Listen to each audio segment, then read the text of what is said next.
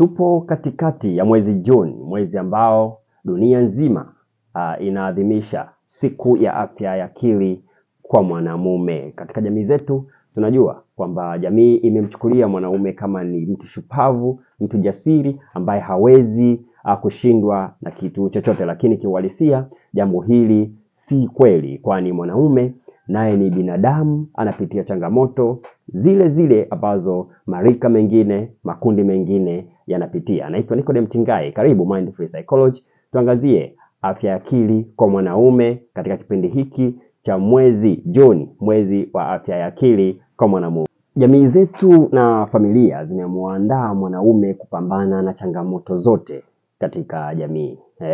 Hali ambayo imepelekea wanaume sasa kuanzia wakiwa wadogo kujengwa katika mifumo ambayo wao jukumu lao ni kupambana na changamoto na wala si kulalamika wala kuzieleza changamoto hizo. Hivyo basi kujikuta kwamba wanaume wengi kuanzia utotoni katika utu uzima mpaka uzee wao wanakuwa wakiwa wana hofu, wana wasiwasi, wana upweke, na hali ambayo inapelekea katika kuleta athari nyingi sana kwao ambazo tumekuwa tukiziona katika jamii yetu. Majukumu mengi ambayo amebebeshwa mwanaume, majukumu ya familia, madeni, na mambo mengine mengi, majukumu ya kijamii, amebebeshwa mwanaume, yanamfanya aweze kudumaa katika afya yake ya akili na kushindwa kuieleza jamii na kushindwa kueleza familia yake, na kufanya kwamba jamii imemjenga mwanaume kama kinga, kama ngao katika changamoto na matatizo mbalimbali yanayotokea katika jamii. Hivyo basi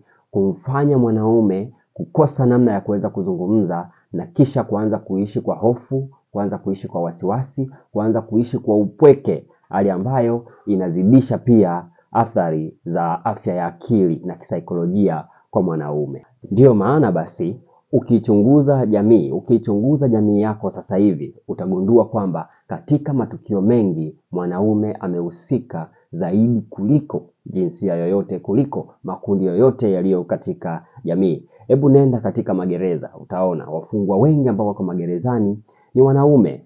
Hebu fuatilia matukio ya watu kujidhuru na kujitoa uhai, wengi ni wanaume. Lakini hebu angalia ongezeko la watu wenye magonjwa ya akili, idadi kubwa ni wanaume. Lakini vile vile haijamwacha salama mwanaume hata katika familia, changamoto za afya ya uzazi, wanaume wengi sasa wamekuwa wakizungumziwa kwamba hawana nguvu za kiume, na ndio maana zinatokea kampeni nyingi, zinatokea mbinu nyingi za kumfanya mwanaume aweze kuondokana na tatizo hilo.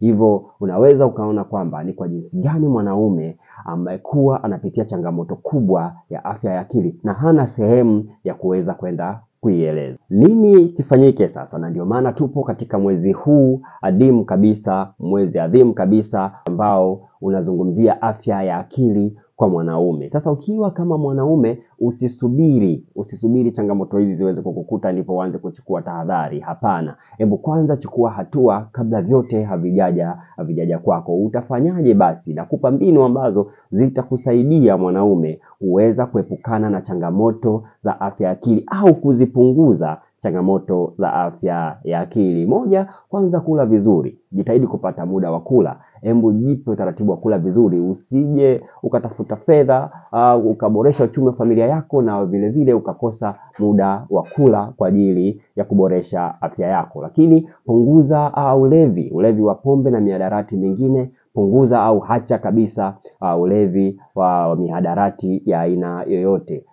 Kitu kingine cha muhimu, hebu tibu maradhi ambayo yanakusumbua kwa wakati. Umepata malaria, umepata homa, umepata aina yote ya ugonjwa, hebu itibu kwa wakati ili kuepusha madhara mengine makubwa zaidi. Lakini fanya mazoezi. Fanya mazoezi kwa ajili ya kuboresha afya yako. Fanya mazoezi kwa sababu mwili wako unahitaji sana mazoezi ili kuepukana na maradhi, na ukizingatia kwamba jamii kubwa ya wanaume ndio inayougua magonjwa sugu, magonjwa yasiyoambukiza, pressure, kisukari, tezi dume, ni vitu ambavyo vinawasumbua sana wanaume. Hivyo fanya mazoezi kwa ajili ya kuboresha afya yako, ila jipe muda wa kupumzika. Fanya kazi kutwa nzima, fanya kazi utakawezavyo, lakini jipe muda wa kupumzika kwa ajili vile vile ya kutuliza ubongo wako, kutuliza akili yako, kuweze kufanya tafakari nzuri ya maisha yako. Pamoja na kufanya mazoezi, pamoja na kupumzika, lakini usiache kufanya ibada. Fanya ibada kadri ya imani yako inavyokuongoza. Uwe karibu na jamii yako, uwe karibu na Mungu wako, uweze kupata neno la faraja kwa ajili ya kukufanya uwe imara na mwenye nguvu zaidi. Jamii pia kama jamii, tunapaswa tugeuze macho yetu kumwelekea mwanaume. Huyu mtu ambaye tumemfanya ngao kwa ajili ya changamoto zetu, tumefanya kinga changamoto zetu, natakiwa sasa tuanze kumpa nguvu, tuanze kudeal, tuanze kujihusisha na kuanzia lile rika dogo kabisa la watoto mpaka kundirika. Kabla tujafika uzeeni, basi tuwe tayari tulishaandaliwa vizuri.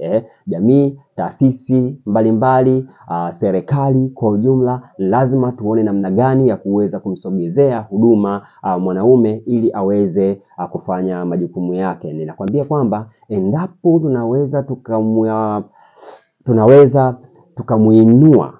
tukamuinua na tukamkinga vizuri mwanaume, tunaweza kuwa na kizazi bora, tunaweza kuwa na jamii bora yenye mafanikio kuliko hii ambayo tulionayo sasa, kuliko mafanikio ambayo sasa hivi mwanaume ameweza kuyatengeneza. Na kukaribisha Mind Free Psychology. Wakati mwingine tutazungumzia changamoto za afya akili kulingana na marika kama nilivyoyataja, kuanzia watoto wa kiume wanapokuwa wadogo, kundi rika la wanaume, lakini vile vile na wanaume wanapokuwa katika umri wa uzee. Nikaribisha sana Mind Free Psychology kwa huduma bora za kisaikolojia na ushauri nasihi.